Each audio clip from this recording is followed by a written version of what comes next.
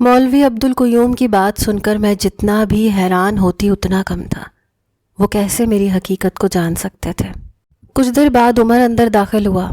اپنے والد کو دیکھ کر کچھ گھبرایا۔ عمر کو دیکھ کر عبدالقیوم کھڑے ہو گئے، عمر کے پاس گئے اور ایک زوردار تھپڑ اس کے منہ پر لگایا۔ کہنے لگے، تمہیں شرم نہیں آتی؟ ایک تو وائف سے شادی کرتے، 1 مہینے سے تم نے یہ بات ہم سے چھپا رکھی تھی۔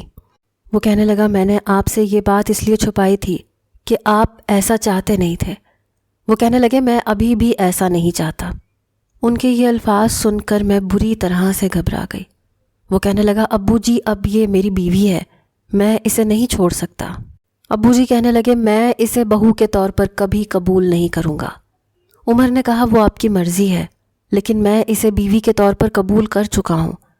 وہ کہنے لگے، تم جانتے ہو اس کا نتیجہ کیا نکلے گا؟ تمہاری بہنوں کو طلاق ہو جائے گی، تمہاری چھوٹی بہن کا رشتہ نہیں ہوگا۔ تم کیا چاہتے ہو؟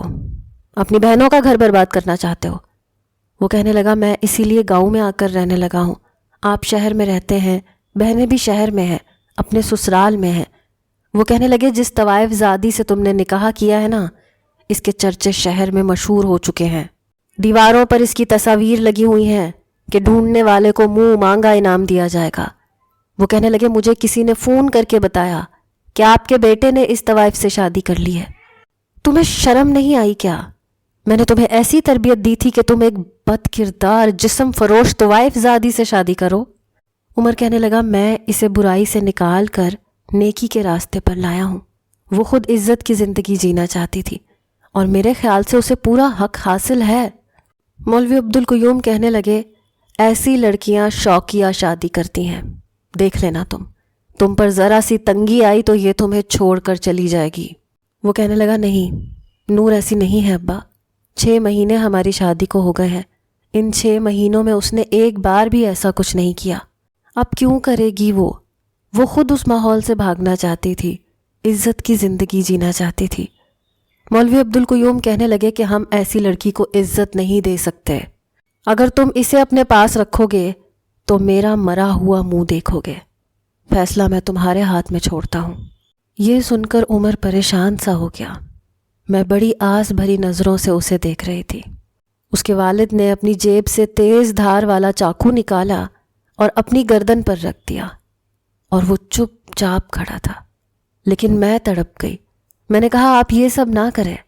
وہ کہنے لگے، پھر اس سے کہو کہ تمہیں طلاق دے دے۔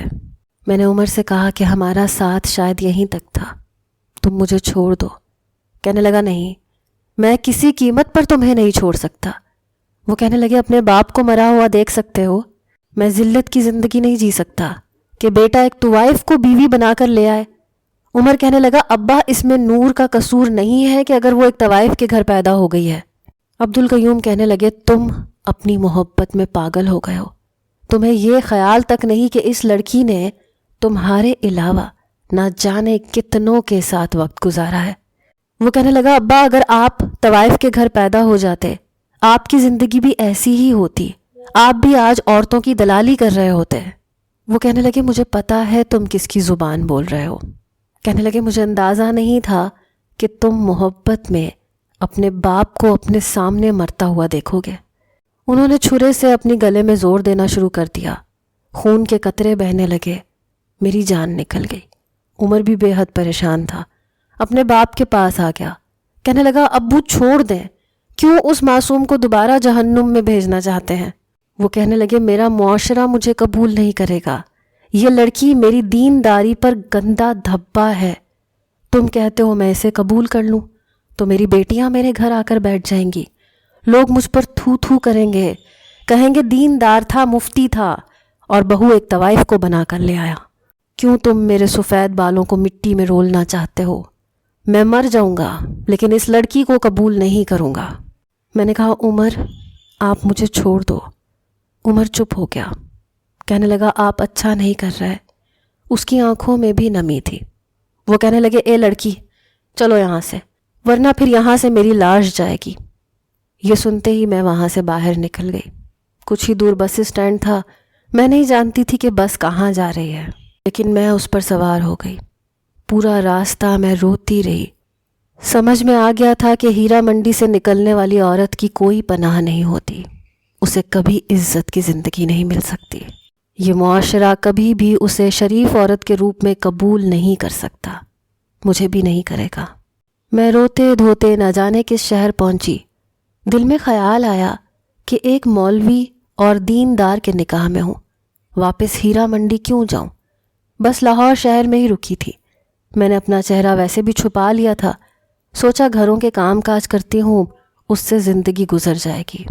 اس لیے میں نے ایک گھر میں ملازمت کر لی، گھر کی صفائی ستھرائی کرنے لگی، ان کے بنگلے کے کوارٹر میں ہی رہنے لگی۔ لیکن 15 دن گزرے تھے کہ بیگم صاحبہ کا شوہر جو کہ بیرون ملک گیا تھا وہ واپس آ گیا۔ اسے دیکھ کر میرے ہوش اڑے تھے اور مجھے دیکھ کر اس کے، کیونکہ وہ میرا گاہک رہ چکا تھا۔ مجھے دیکھتے ہی اس کا پارا ہائی ہوا، کہنے لگا تیری ہمت کیسے ہوئی میرے گھر تک پہنچنے کی؟ میں نے اس کی بہت منت سماجت کی کہ میں عزت کی زندگی جینا چاہتی ہوں، لیکن وہ مجھے دوبارہ ہیرا منڈی چھوڑ آیا۔ کہنے لگا اگر تم شریف لوگوں کے گھروں میں آ گئی تو ہمارے گھر ہیرا منڈی بن جائیں گے، تم میری نیک بیوی اور بچیوں کو خراب کر دو گی۔ مجھے اس کی سوچ پر حیرت ہوئی تھی، اگر ہم اتنی ہی بری عورتیں ہیں تو پھر ایسے امیر زادے ہمارے پاس آتے ہی کیوں تھے؟ اپنی شریف عورتوں کے پاس کیوں نہیں رہتے تھے؟ دل بہلانے کے لیے ہم جیسی حسین طوائفیں چاہیے ہوتی ہیں، اور نکاح کے لیے شریف اور خاندانی عورت۔ ہیرا منڈی میں رہنے والی عورتیں معاشرے پر گندا دھبا تھیں، تو یہاں آنے والے مرد شریف کیوں تھے؟ انہیں کیوں معاشرے کا گندا دھبا نہیں سمجھا جاتا؟ انہیں مسجد میں نماز پڑھنے کی اجازت کیوں دی جاتی تھی؟ اگر ایک طوائف کو شریف عورت کی طرح زندگی گزارنے کا حق ہمارا یہ معاشرہ نہیں دیتا تو یہاں آنے والے رئیس نواب کیسے ہمارے معاشرے میں سر اٹھا کر جیتے ہیں؟ یہ کیسا دوغلا معاشرہ ہے۔ مجھے رملہ بائی نے بہت مارا، مار مار کر میرا چہرہ اور جسم نیلا کر دیا۔ کہنے لگی کیا چھوری، کیا سمجھا تھا تو نے؟ ہیرا منڈی سے جان چھوٹ جائے گی تیری؟ ایسا کوئی مائی کا لال پیدا نہیں ہوا جو ساری عمر طوائف کو بیوی بنا کر رکھے۔ تیرا تو میں وہ حشر کروں گی کہ ہیرا منڈی کی کوئی بھی طوائف بھاگنے کی کوشش نہیں کرے گی۔ مجھے 1 ماہ تک کمرے میں بند رکھا گیا۔ جب میرے زخم اور اس کے نشانات ٹھیک ہو گئے تو چند مردوں کو بلایا گیا۔ سننے میں آیا تھا کہ وہ فلمیں بناتے ہیں، لڑکیوں کو دبئی لے جاتے ہیں۔ رملہ بائی نے مجھے ان کے سامنے بٹھا دیا۔ مجھے دیکھتے ہی میں انہیں پسند آ گئی۔ وہ لوگ مجھے دبئی لے جانے کے لیے تیار ہو گئے۔ میں ان دنوں نماز بڑی پابندی سے پڑھتی تھی۔ عمر دین کی سنگت نے مجھے رب سے مانگنے کا طریقہ سکھا دیا تھا۔ میں رات کو رب کے حضور بہت روئی کہ اللہ، میں تیرے نیک بندے کے نکاح میں ہوں، بے شک بری عورت ہوں، لیکن میرے نکاح کی لاج رکھ لے، میں یہ گناہ کی زندگی نہیں گزار سکتی، مجھے ان گناہوں سے بچا لے۔ اگلے روز رملہ بائی نے کہا کہ نیا جوڑا پہن کر تیار ہو جا، آج تجھے اس ڈائریکٹر کا دل خوش کرنا ہے۔ یہ سن کر میرا دل مٹھی میں آیا تھا۔ عمر سے نکاح کے بعد میں نہیں چاہتی تھی کہ کوئی مجھے چھوئے، اور یہ بھی جانتی تھی کہ انکار کا مطلب کیا ہے۔ رملہ بائی مجھے پہلے ہی کہہ چکی تھی کہ تو نے انکار کیا تو تیرے کمرے میں ایک کے بعد ایک مرد آئے گا۔ میں تیار ہو کر ہوٹل کے اس کمرے میں پہنچ گئی جہاں پر وہ ڈائریکٹر میرا منتظر تھا۔ مجھے دیکھ کر اپنے ہوش کھونے لگا۔ شراب کا ایک گلاس اس نے ہاتھ میں پکڑ رکھا تھا۔ مجھے دیکھ کر اس نے مجھے اندر کمرے میں بلایا، کمرے کا دروازہ بند کیا، پھر مجھے کہنے لگا تم بھی یہ پیو؟ میں نے کہا نہیں، یہ چیزیں تو میں نے کب کی چھوڑ دیں۔ اس نے میرے ساتھ زبردستی کرنی چاہی، میرے منہ میں شراب کا گھونٹ ڈال دیا، لیکن اسی وقت میرا جی متلانے لگا۔ میں واش روم بھاگی، مجھے الٹی آنے لگی، میرا سر چکرانے لگا۔ یہ دیکھ کر وہ شخص بیزار سا ہوا تھا۔ جیسے ہی میں واش روم سے باہر آئی مجھے زور کا چکر آیا، میں وہیں پر گر گئی۔ جب ہوش آیا تو میں ہاسپٹل میں تھی۔ ڈاکٹر نے جو خبر سنائی وہ سن کر میں اپنا آپ بھول گئی۔ میں حاملہ ہو چکی تھی، اور یہ خبر رملہ بائی پر قیامت بن کر ٹوٹی تھی، کیونکہ اس ڈائریکٹر نے مجھے اپنے ساتھ فلمانے سے منع کر دیا تھا۔ کہنے لگا ایسی لڑکی ہماری انڈسٹری میں فلم نہیں بنا سکتی، نہ ہی ماڈلنگ کر سکتی ہے، یہ ہمارے کسی کام کی نہیں ہے۔ لیکن میں خوش تھی کہ اچھا ہے میں اس برائی سے بچ گئی۔ پھر اس بات کی خوشی بھی تھی کہ عمر دین کی محبت کی نشانی میرے پاس ہے۔ رملہ بائی مجھے اگلے ہی روز ڈاکٹر کے پاس لے گئی۔ کہنے لگی اس حرام کے پلے کو ختم کر جو اس کے وجود میں پل رہا ہے۔ یہ سنتے ہی میں نے رملہ بائی پر چلا کر کہا، میں نے کہا یہ میری جائز اولاد ہے، ایک ہی تو جائز رشتہ ملا ہے مجھے جو مجھے قدرت نے دیا ہے، خبردار جو میرے بچے کو حرام کا کہا یا اسے کوئی بھی نقصان پہنچانے کی کوشش کی۔ تبھی ڈاکٹر بھی کہنے لگی کہ 3 ماہ کا حمل ہے، ضائع نہیں ہو سکتا، ورنہ بچے کے ساتھ ساتھ ماں بھی مر جائے گی۔ یہ سننا تھا کہ رملہ بائی غصے میں آ گئی، مجھے چٹیا سے پکڑ کر دوبارہ کوٹھے پر لا کر پھینکا۔ کہنے لگی آج اس بچے کو میں ختم کر ڈالوں گی۔ اس نے مجھے بہت مارا، میرے پیٹ پر زور زور سے لاتیں مارتی رہی، لیکن میں یہی کہتی رہی کہ جسے اللہ بچانا چاہے اسے کوئی نہیں مار سکتا۔ اور پھر ایسے ہی ہوا، اس کی مار پیٹ بھی میرے بچے کو نقصان نہیں پہنچا پائی۔ لیکن میری خوشی اس وقت ختم ہوئی جب 5 ماہ کا بچہ میرے پیٹ میں تھا اور لیڈی ڈاکٹر نے رملہ بائی کو یہ بتایا کہ یہ بیٹی ہے۔ یہ سن کر رملہ بائی کا خوشی کا کوئی ٹھکانہ نہ تھا۔ کہنے لگی تو کوہ نور کا ہیرا ہے ہیرا، جیسی تو خوبصورت ہے تیری بیٹی بھی ایسی خوبصورت ہوگی۔ جب یہ پیدا ہوگی میں تجھے دھندے پر لگا دوں گی، 15 سال تو مجھے کما کر کھلائے گی، اس کے بعد تیری بیٹی میرے کوٹھے کو چلائے گی۔ میرے لیے یہ خبر قیامت سے کم نہ تھی۔ میں تو بہت روئی، رب کے حضور رو رو کر کہنے لگی کہ اس سے اچھا تھا تو مجھے بے اولاد رکھتا، میں کیسے ایک نیک انسان کی بیٹی کو کوٹھے پر بٹھا دوں۔ انہی دنوں رملہ بائی نے ایک استاد کو بلایا، کہنے لگی کہ اس کی اردو زبان ذرا سیدھی کروا دو۔ میں جانتی تھی کہ وہ ایسا کیوں کہہ رہی تھی۔ وہ چاہتی تھی کہ جیسے ہی میں بچے کو جنم دوں میری زبان ٹھیک اردو بولنے لگے تاکہ وہ مجھے پھر اسی کمینے ڈائریکٹر کے حوالے کر دے۔ وہ استاد نہایت شریف قسم کا نوجوان تھا۔ میری خاموشی کو بھانپتے ہوئے سمجھ گیا تھا کہ میں یہاں مجبوراً بیٹھی ہوں۔ میری توجہ اس طرف تھی ہی نہیں، میں چاہتی ہی نہیں تھی کہ میں یہ کام کروں۔ پھر مجھے خیال آیا کہ مجھے ایک خط عمر کو بھجوانا چاہیے، پر میں چٹی ان پڑھ تھی۔ میں نے استاد سے کہا کہ کیا وہ میری مدد کر سکتا ہے؟ کہنے لگا بولو بہن کیا کرنا ہے؟ میں نے کہا میں امید سے ہوں، میرا نکاح ہوا ہے، میرا شوہر بہت نیک انسان ہے، لیکن اس کے باپ نے مجھے قبول نہیں کیا۔ ایسا کریں کہ اس کے نام پر ایک خط لکھ دیں کہ میں اس کے بچے کی ماں بننے والی ہوں، اس کے ہاں بیٹی پیدا ہونے والی ہے، وہ آ کر مجھ سے اپنی بیٹی لے جائے۔ میں نہیں چاہتی کہ اس نیک شخص کی بیٹی کل کو کوٹھے پر دھندا کرے۔ اس نے خط لکھا، مجھ سے پتہ پوچھا، مجھے گاؤں کا پتہ یاد تھا، میں نے اسے وہ بتا دیا۔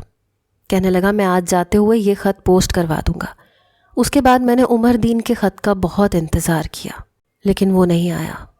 میں رو رو کر رب کے حضور تہجد میں دعائیں مانگتی کہ میری بیٹی طوائف کی زینت نہ بنے، اسے میرے وجود میں ختم کرتے۔ لیکن جب 9 ماہ کا عرصہ گزرا، مجھے زچگی کے درد شروع ہوئے۔ رملہ بائی خود مجھے ڈاکٹر کے پاس لے کر گئی۔ میں روئے جا رہی تھی، دعائیں مانگ رہی تھی کہ ایک روتے ہوئے بچے کی آواز میرے کانوں میں سنائی دی۔ نرس نے کہا کہ مبارک ہو، تمہیں بیٹا ہوا ہے۔ یہ سن کر تشکر کے آنسو میری آنکھوں سے بہے تھے۔ جب میں ہاسپٹل سے گھر آئی تو رملہ بائی کا منہ بنا ہوا تھا، لیکن میں بہت خوش تھی۔ اللہ نے میری دعا سن لی تھی۔ اپنے بچے کو میں بہت پیار کرتی تھی۔ رملہ کہنے لگی کاش پیدا ہوتے ہی مر جاتا، حرام کا جنا۔ میں غصے سے اسے دیکھ کر چلائی تھی۔ میں نے کہا رملہ بائی میں آخری دفعہ کہہ رہی ہوں تجھ سے، میرے بچے کو حرام کا مت کہہ۔ وہ کہنے لگی بیٹی ہوتی تو ہمارے کسی کام بھی آتی، اور جس پر تو اتنا اترا رہی ہے نا، تو مجھے بتا کیا مستقبل ہے اس لڑکے کا کوٹھے پر؟ ارے کوٹھے پر رہنے والی لڑکیاں تو پھر کسی کام آ جاتی ہیں، لیکن یہ سالہ کرے گا کیا بڑے ہو کر؟ اپنی ماں کی دلالی۔ یہ سن کر میرے ہوش اڑے تھے۔ واقعی ہیرا منڈی میں پیدا ہونے والے لڑکوں کا مستقبل یہی ہوتا ہے، اپنی ماں اور بہنوں کی دلالی کرنا۔ میری آنکھوں سے آنسو بہنے لگے۔ اسی دن دوپہر میں استاد میرے پاس آ گیا جو مجھے اردو سکھاتا تھا۔ میں نے اسے کہا کہ تو نے مجھے بہن کہا تھا نا؟ میری بات سن کر کہنے لگا ہاں کہا تھا۔ میں نے کہا بھائی ہونے کا ایک حق ادا کرتے۔ وہ پوچھنے لگا وہ کیا؟ میں نے کہا میرا بچہ اپنے ساتھ لے جا، تو پڑھا لکھا ہے، میرے بچے کو خوب تعلیم دلوانا، اسے بڑا افسر بنانا، اسے یہ کبھی نہ بتانا کہ اس کی ماں طوائف ہے۔ وہ میرے بیٹے کو اپنے ساتھ لے گیا۔ اس سے پہلے کہ پھر رملہ بائی مجھے کچھ کہتی، اسے اسی رات کو ہارٹ اٹیک آیا جو وہ سہ نہیں سکی اور مر گئی۔ اس کے مرنے پر میں نے ایک آنسو نہیں بہایا تھا۔ میں تو بہت خوش تھی کہ اچھا ہوا میری اس عذاب سے جان چھوٹی، لیکن اس بات پر پچھتاوا تھا کہ میرا بیٹا مجھ سے بچھڑ گیا، کیونکہ میں نہیں جانتی تھی کہ وہ استاد کون ہے، کہاں سے آیا تھا۔ میں نے اس شخص کو ڈھونڈنے کی بہت کوشش کی، کیونکہ میں ہیرا منڈی کے اس قید خانے سے آزاد ہو چکی تھی، لیکن وہ شخص مجھے کہیں نہیں ملا۔ میں چاہتی تھی کہ میں اپنے بیٹے کے ساتھ رہوں۔ رملہ بائی کے مرنے کے بعد کوٹھا سنبھالنے والا کوئی نہ تھا، لیکن ہیرا منڈی کی ایک اور طوائف ہمارے سروں پر آ پہنچی۔ کہنے لگی یا تو نورو اس کوٹھے کو سنبھالے گی یا پھر میں۔ یہ سن کر باقی کی لڑکیاں بڑی پریشان ہوئیں۔ کہنے لگی نورو تو اس کوٹھے کو سنبھال لے، ورنہ تو جانتی نہیں یہ عورت کتنی ظالم ہے، یہ ہم پر ذرا بھی رحم نہیں کھائے گی۔ میں یہاں نہیں رہنا چاہتی تھی۔ لڑکیاں میرے سامنے رونے لگیں، کہنے لگیں کہ یہ ہمارے ساتھ بہت ظلم زیادتی کرے گی، ہمیں اس وقت تیرے ساتھ کی ضرورت ہے۔ میں بے بسی سے وہاں رہنے لگی، البتہ اپنا سودا نہیں کرتی تھی اور لڑکیوں سے بھی زبردستی نہیں کرتی تھی، نہ ہی ان کے پیسے اپنے پاس رکھتی تھی۔ یہ ضرور ہوا تھا کہ گھروں کی دہلیز 4 دن کی محبت میں پار کرنے والی لڑکیاں جب اپنے محبوب کے ہاتھوں لٹ پٹ کر میرے پاس آتی تھیں تو میں انہیں خرید کر آزاد کر دیتی تھی۔ کہتی تھی جاؤ اپنے گھروں کو بھاگ جاؤ، یہ زندگی بہت بری ہے، اپنی زندگی کو یہاں برباد مت کرو، اور خدا کے لیے گھر کی دہلیز کبھی پار نہ کرو۔ تم لوگ بڑی خوش نصیب ہو جو عزت دار گھروں میں پیدا ہوئی ہو۔ 4 دن کے میٹھے بولوں پر خود کو طوائف مت بناؤ۔ کئی لڑکیوں کو تو میں خود ان کے گھروں تک چھوڑنے جاتی تھی، ان کے ماں باپ کے سامنے ہاتھ جوڑ کر کہتی تھی کہ اپنی بیٹی کو اتنی سی غلطی پر گھر سے نہ نکالیں، باہر کتے اور بھیڑیے ہیں، وہ انہیں کہیں کا نہیں چھوڑیں گے، بیچ کھائیں گے۔ کئی لڑکیاں میری شکر گزار تھیں۔ وقت یوں ہی گزرنے لگا، میرے سجدے طویل ہونے لگے۔ کوٹھے میں رہنے والی دوسری لڑکیوں کو میں نے کلام پاک خود سکھایا تھا، انہیں یہ بھی کہتی تھی کہ یہ گناہ کا راستہ ہے، اسے چھوڑ دو۔ آہستہ آہستہ سب لڑکیاں میری بات ماننے پر تیار ہو گئیں۔ اس رات ہم نے کوٹھا چھوڑ دیا، ایک کرائے کا گھر لیا۔ فی الحال ہمارے پاس پیسہ تھا، اس لیے اسی پیسے سے ہم نے سلائی مشینیں خریدی اور ایک ایسی عورت کو ڈھونڈا جو کہ سلائی اچھے سے جانتی تھی۔ اس سے ہم نے سلائی سیکھی اور ایک سلائی سینٹر کھول لیا۔ بڑی بڑی بوتیکوں کے کپڑے ہم لوگ سینے لگے۔ مجھے عزت سے زندگی جینے کا موقع ملا اور میں یہ موقع گنوانا نہیں چاہتی تھی۔ اپنے رب کے حضور بس ایک بار کہا تھا کہ میں عمر دین کی امانت ہوں، مجھے کوئی بھی مرد نہ چھوئے، اور میرے اللہ نے میری بات کی لاج رکھ لی، مجھے کسی نے نہیں چھوا۔ میری تہجد اور میرے اللہ کی محبت مجھے اس مقام پر لے آئی کہ میں آج عزت کی روٹی کھا رہی تھی، اللہ کی عبادت کرنے لگی تھی۔ دل میں اگر کوئی خلش تھی تو وہ یہ تھی کہ میرا بیٹا میرے پاس نہیں تھا۔ جب بھی سونے کے لیے آنکھیں بند کرتی تو مجھے اپنے بیٹے کے رونے کی آوازیں آتی، میرا دل تڑپ اٹھتا تھا۔ وقت یوں ہی گزرتا رہا، بوتیک کے کام کرنے والی طوائفیں اب اچھی اور پاکیزہ زندگی گزارنے لگی تھیں۔ بہت سی لڑکیوں کی شادی کی خواہش ہوتی، میں انہیں نکاح کر کے رخصت بھی کرتی اور عزت کی زندگی جینے لگی۔ بہت سا وقت ایسا گزرا کہ پتہ ہی نہیں چلا کب میرے بالوں میں چاندنی اترنے لگی۔ ایک بار مجھے ایک بہت بڑی بوتیک کا کام ملا۔ اس بوتیک کا مالک ایک نوجوان لڑکا تھا، اسے میرے بنائے ہوئے کپڑے بہت پسند تھے۔ اکثر اپنے آرڈرز میں دیے ہوئے کپڑے لینے مجھ سے گھر پر آ جاتا تھا۔ ایک بار کہنے لگا، جی بہت بھوک لگی ہے، کھانا کھلا دیں گی؟ میں نے کہا کیوں نہیں بیٹا۔ میں کھانا اس کے سامنے رکھتی، پتہ نہیں اس کے چہرے پر کیسی کشش تھی کہ میں اسے دیکھتی رہتی تھی۔ کھانا کھانے کے دوران کہنے لگا، آپ کے ہاتھ میں بہت ذائقہ ہے، بڑا مزے کا کھانا بناتی ہیں آپ۔ میں نے کہا تمہاری امی اچھا کھانا نہیں بناتی؟ کہنے لگا میری ماں ہے ہی نہیں تو کھانا کیسے بنائیں گی؟ ہاں میرے بابا ہیں، جیسا تیسا بناتے ہیں، مجھے صبر شکر کر کے کھانا پڑتا ہے۔ آہستہ آہستہ وہ لڑکا بہت زیادہ بے تکلف سا ہو گیا۔ آئے روز جب بھی اپنے آرڈر کے کپڑے لینے آتا، گھنٹوں میرے پاس بیٹھا رہتا، کہتا آپ مجھے بہت اچھی لگتی ہیں، کیا آپ میرے بابا سے شادی کریں گی؟ اس کی بات پر مجھے اتنا غصہ آیا، میں نے اسے غصے سے ڈانٹ دیا۔ کہنے لگا مجھے ماں کی محبت کی ضرورت ہے، میں چاہتا ہوں آپ میری ماں بن جائیں۔ کہنے لگا میرے پاپا بہت اچھے ہیں، آپ کو بہت خوش رکھیں گے۔ میں نے کہا میں کسی کی بیوی ہوں، کسی اور سے نکاح نہیں کر سکتی۔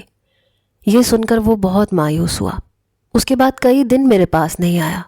مجھے شاید اس کی عادت سی ہو گئی تھی، روز آتا تھا، ڈھیروں باتیں کرتا تھا۔ 8 دن بعد وہ آیا تو میں نے بڑی بے چینی سے پوچھا اتنے دن سے کیوں نہیں آ رہے تھے؟ کہنے لگا میرے پاپا کا انتقال ہو گیا، میں بالکل اکیلا ہو گیا۔ میں نے اسے تسلی دی، اسے کھانا بھی اپنے ہاتھ سے کھلایا۔ پھر اس نے مجھے اپنے بٹوے سے اپنے باپ کی تصویر دکھائی۔ اس تصویر کو دیکھ کر میرے ہوش اڑ گئے، کیونکہ وہ اسی استاد کی تصویر تھی جسے میں نے اپنا بیٹا دیا تھا۔ میں نے کہا یہ تمہارے سگے بابا ہیں؟ کہنے لگا نہیں، انہوں نے مجھے پالا تھا، میں تو شاید کسی طوائف کا بیٹا ہوں، بابا نے مجھے بتایا تھا۔ کہنے لگا جب مجھے یہ پتہ چلا تو میں پہلے تو بہت رویا تھا، لیکن پھر میں طوائف کے کوٹھے پر بھی گیا تھا اپنی ماں کو ڈھونڈنے کے لیے، لیکن پتہ چلا کہ وہ سب کچھ چھوڑ چھاڑ کے جا چکی ہیں۔ یہ سن کر میری آنکھوں سے آنسو بہے جا رہے تھے۔ میں اپنے بچے کو بڑے پیار اور بہت قرب سے دیکھ رہی تھی، بالکل عمر دین جیسا تھا۔ یہ سن کر کہ وہ میرا بیٹا ہے، میں نے اسے اپنے ساتھ لگا لیا اور رونے لگی، اسے ساری بات بتا دی۔ وہ مجھے اپنے ساتھ اپنے گھر لے گیا، میرا بہت خیال رکھتا تھا۔ ایک بار مجھ سے کہنے لگا میرا باپ کون تھا؟ اس کے سوال پر میں نے کہا کہ یہ کیوں پوچھ رہے ہو؟ کہنے لگا جاننا چاہتا ہوں کہ میں کس بدبخت کی اولاد ہوں۔ میں نے کہا ایسے مت کہو، تمہارا باپ بہت نیک انسان تھا۔ کہنے لگا نیک انسان ہوتا تو آپ کو عزت کی زندگی دیتا، بیچ راستے میں چھوڑ کر نہ چلا جاتا۔ میں نے کہا نہیں، وہ مجھے چھوڑ کر نہیں گیا تھا، میں خود اسے چھوڑ کر آ گئی تھی۔ کہنے لگا اسے ڈھونڈنا تو چاہیے تھا نا۔ میں نے کہا ہمارا معاشرہ کبھی بھی طوائف کو قبول نہیں کرتا۔ وہ کہنے لگا کہ میرے باپ کو قبول کرنا چاہیے تھا، اس نے نکاح کیا تھا، نکاح کا بھرم رکھنا چاہیے تھا۔ میں نے اسے اس کے باپ کے بارے میں سب کچھ بتا دیا، یہ بھی بتا دیا کہ وہ رہتا کہاں ہے۔ اس استاد نے میرے بیٹے کو اچھی تعلیم دلوائی تھی، ایک بہت بڑی بوتیک بھی کھولی تھی جہاں سے اسے اچھی آمدنی ہوتی تھی۔ ایک دن مجھے کہنے لگا کہ مجھے دوسرے شہر جانا ہے، 2-3 دن میں لوٹ آؤں گا۔ میں نے کہا خیر سے جاؤ، لیکن 3 دن بعد جب وہ آیا تو جس کے ساتھ وہ تھا اسے دیکھ کر میرے ہوش اڑ گئے، کیونکہ وہ عمر دین تھا۔ وہ بے یقینی سے مجھے دیکھ رہا تھا، میں اسے دیکھ کر حیران تھی۔ ایسے لگتا تھا بیچ کے سارے سال غائب ہو گئے، سب وہیں سے جا کر مل گیا جہاں پر ٹوٹا تھا۔ وہ بے چینی سے میری جانب لپکا، کہنے لگا کہاں چلی گئی تھی؟ کتنا ڈھونڈا میں نے تمہیں۔ کہنے لگا ابا نے مجھ سے قرآن پاک پر ہاتھ رکھ کر قسم لی تھی کہ میں ان کی زندگی میں تمہیں پلٹ کر بھی نہیں دیکھوں گا۔ کہنے لگا جیسے ہی ابا کا انتقال ہوا میں فوراً سے آیا تھا، لیکن تمہارے کوٹھے پر پہنچ کر پتہ چلا کہ تم جا چکی ہو۔ میں نے تمہیں بہت ڈھونڈنے کی کوشش کی نور، مجھے تو تمہارا پتہ معلوم نہیں تھا، لیکن تم تو جانتی تھیں، پھر کیوں نہیں آئی میرے پاس؟ میں نے کہا میں تمہیں نئی آزمائش میں نہیں ڈالنا چاہتی تھی۔ کہنے لگا اگر اب بھی احمد میرے پاس نہیں آتا تو مجھے پتہ ہی نہ چلتا۔ وقت بہت زیادہ بیت گیا تھا۔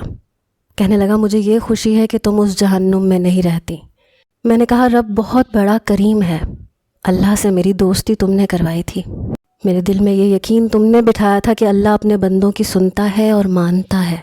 تم سے نکاح کے بعد مجھے کسی مرد نے نہیں چھوا، میں نے رب سے یہی التجا کی تھی۔ اس کی آنکھوں سے آنسو بہنے لگے۔ کہنے لگا میں ہر روز اپنے رب سے یہی التجا کرتا تھا، میری بیوی میری عزت ہے، پروردگار اس کی حفاظت کرنا، اور دیکھ لو اس نے کوٹھے پر رکھ کر تمہیں محفوظ رکھا۔ میری زندگی اس موڑ پر آ کر خوشحال ہوئی تھی، شوہر تھا، بیٹا تھا، عزت تھی، کیونکہ اس بار میں نے عزت اپنے رب سے مانگی تھی۔ وہ اپنے بندوں کو کبھی بھی مایوس نہیں کرتا، ایک طوائف کو بھی نہیں۔